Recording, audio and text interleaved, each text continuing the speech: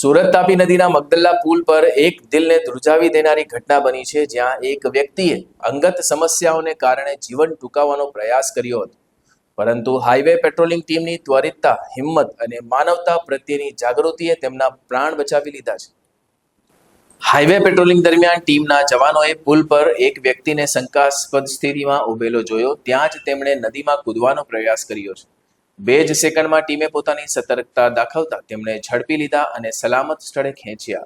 આ દરમિયાન ટીમના એક જવાને પોતાનો જીવ જોખમમાં મૂકીને તેમને પાણીમાંથી બહાર કાઢ્યા. ઘટના બાદ તરત જ પોલીસને જાણ કરવામાં આવી અને 108 એમ્બ્યુલન્સને બોલાવવામાં આવી. પ્રાથમિક સારવાર બાદ તે વ્યક્તિને સરકારી હોસ્પિટલ ખસેડવામાં આવ્યા, જ્યાં તેમને કાઉન્સેલિંગ અને જરૂરી સારવાર આપવામાં આવી રહી છે. હાલ તેની સ્થિતિ સ્થિર છે.